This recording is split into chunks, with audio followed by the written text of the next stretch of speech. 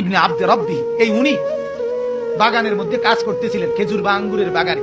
এই অবস্থায় ওনার কানে আওয়াজ পড়ছে সরদারি তো আলম নবীজি ইন্তেকাল করছে। এই কথাটা ওনার কানে আওয়াজ পড়ছে, শুনছে আর কি নবীজি কি হয়েছে, ইন্তেকাল। সাথে সাথে কিতাবে আছে, উনি হাত তুলে আল্লাহকে বলছে, আল্লাহ এই চোখ দিয়ে যদি এরপরে আর নবীকেই না দেখি তো মাওলা তোমার কাছে ফরিয়াদ, এই চোখ দিয়ে যেন আর পৃথিবীর কিছুই না দেখি, এই কান দিয়ে যদি তোমার বন্ধুর কথা না শুনি, রব্বুল আলামিন যে চোখ আর নবী দেখবে না, এই চোখে আমি আর কিছু দেখতে চাই না।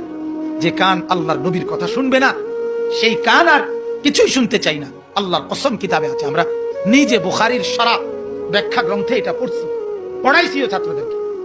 ওই সাহাবী এরপরে আর মৃত্যু পর্যন্ত কোনো দিন আর কিছু চোখেও দেখে নাই, কানেও শুনে নাই। উনি আপনার অন্ধ হয়ে গেছে এবং উনি আপনার বয়রা বধির হয়ে গেছে।